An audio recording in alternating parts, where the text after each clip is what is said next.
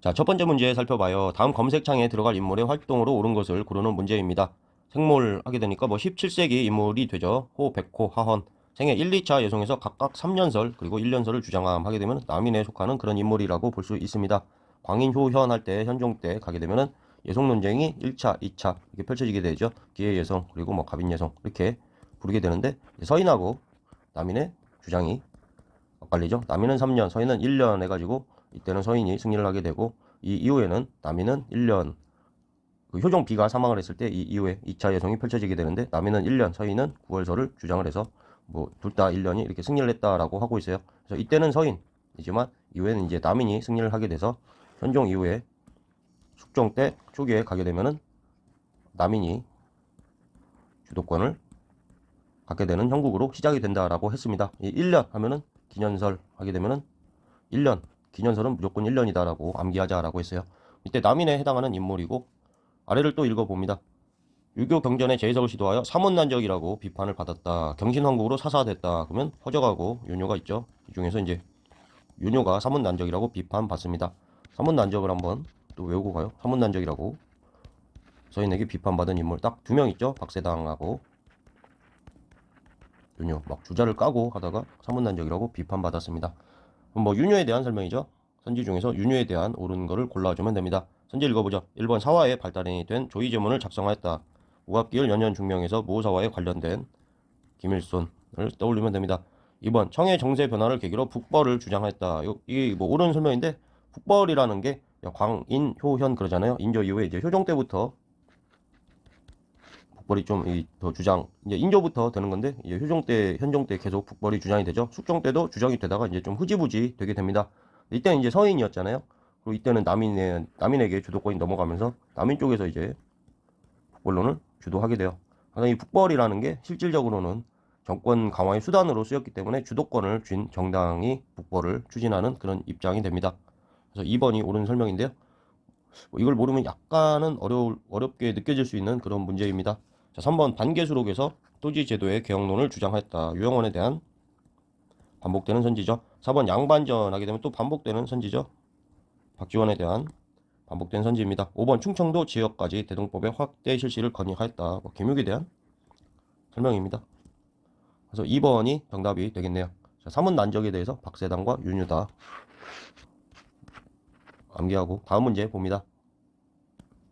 자, 문제 읽어봅니다. 다음 주장을 펼친 인물에 대한 설명으로 옳은 것은 이제 농사를 짓는 사람은 전지를 얻게 하고 농사를 짓지 않는 사람은 정지를 얻지 못하게 한다면 여전의 법을 시행하여 나의 뜻을 이룰 수 있을 것이다.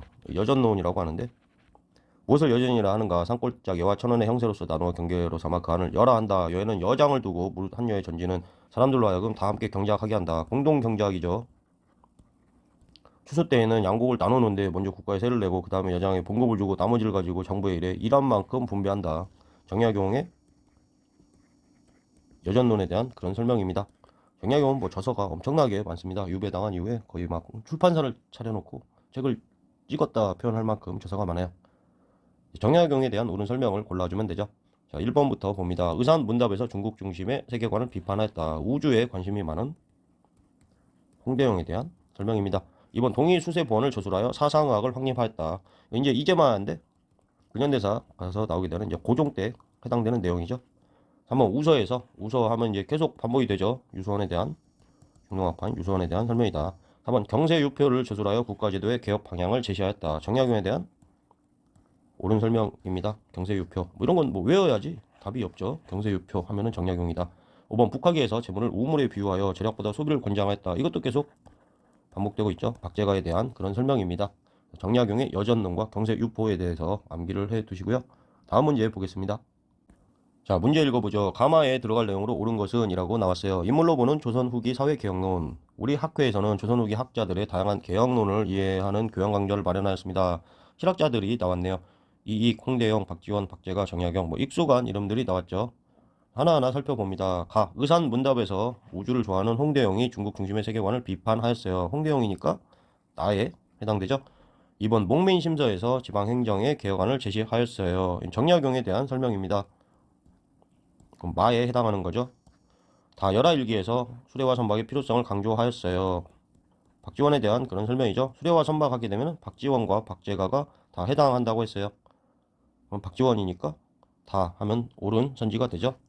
4번 성호사설에서 사회 폐단을 6가지 6점론에 대해서 썼어요. 그러면 성호 이익에 대한 설명입니다. 5번 북학에서 절약보다 적절한 소비를 권장하였어요. 박재가에 대한 설명이죠. 우물물에 비유해서 소비를 권장하였어요. 박재가니까 마가 아니라 라가 되죠. 그래서 정답은 3번이 됩니다. 뭐 이렇게 목민심서 정도나 목민심서는 좀 다 아시지 않나? 다음 문제 보겠습니다. 자, 문제 읽어봅니다. 밑줄은 그에 대한 설명으로 옳은 것은 시로 만나는 실학자, 육지에 저하는 연경과 통하지 않고 바다의 상에는 외의 물건을 실어오지 않네. 비유컨대 들판에 우물물과 같아서 쓰지 않으면 말라버린다. 하게 되면 누구예요? 박재가죠. 우물물에 비유해서 소비를 권장했다. 이 시는 연행사의 이론으로 다녀온 그가 청에 발달한 문물을 경험하고 지은 것이다. 서울 출신으로 규장과 검서관에 발탁된 그는 내용처럼 재화를 우물물에 비유하며 생산력 증대를 주장했다. 박재가에 대한 설명을 골라보세요. 1번 기기도서를 참고하여 거중기를 설계하였다. 정약용에 대한 설명이죠. 2번 양명학을 연구하여 정제두가 한 10번 이상 반복되는 것 같습니다. 3번 북학에서 수레와 배 이용을 권장하였다. 박재가에 대한 옳은 설명이죠. 그리고 뭐 수레와 배 이용하게 되면 박지원도 열하일기에서 주장했다라고 했어요. 4번 열하일기에서 화폐 유통의 필요성을 강조하였어요. 박지원에 대한 설명이죠. 5번 우서에서 우서는 정말 많이 나오네요. 산업공상의 직업적 평등화를 주장하였어요. 하면은 유서원에 대한 설명입니다. 암기가 뭐 많은 것 같지만 계속 비슷비슷한 내용들이 거의 같은 문장이 반복되고 있기 때문에 계속 문제를 보면은 그렇게 어렵지 않습니다. 자, 마지막 문제를 또 살펴봐요. 다음 검색창에 들어갈 교육기관에 대한 설명으로 옳은 것을 고르는 문제입니다. 조선시대의 유학교육을 위해 지방에 설립된 교육기관이다. 대부분 관아 가까운 곳에 있으며 대성전이라는 표현이 나왔네요. 그러면 이 향교에 관한 설명이죠. 대성전 하면은 향교에도 있고 성균관에도 있죠. 근데 지방에 설립됐다고 했으니까 입학 정원은 고을의 위상과 크기에 따라 달랐으며 부목, 군, 현 그러면 그 크기 차이만 있지 그 안에서 우열 관계는 없다라고 알려져 있습니다. 학생들은 소학과 사서 오경을 주로 배웠다. 자, 선지 읽어보죠. 좌수와 별감을 두고 운영하였다. 임명권은 누가 가진다고 했어요? 서울에 있는 경제소에서 임명권을 가지는 유황소에 대한 설명입니다. 존폐를 워낙 거듭했다. 2번 지방의 살림 세력이 주로 설립하였다. 그럼 서원이라고 하죠. 서원하고 이제 향약은 살림의 기반이 돼가지고 뭐 경기에서 실패하면 내려왔다가 회복하고 다시 올라오고 또 실패하면 내려왔다가 회복하고 다시 올라오고 이런 패턴을 보여주는 게 살림입니다. 3번 속과에 합격해야 입학 자격이 주어졌다. 성균관에 대한 설명이죠. 4번 흥선대원군에 의해 대부분 철폐되었다. 서원에 대한 설명입니다. 뭐 47교수만 남기고 다 철폐했다. 5번 중앙에서 교수와 훈도를 파견하기도 했다. 5번이 옳은 설명이죠. 그래서 향교에 대한 내용이었습니다. 여기까지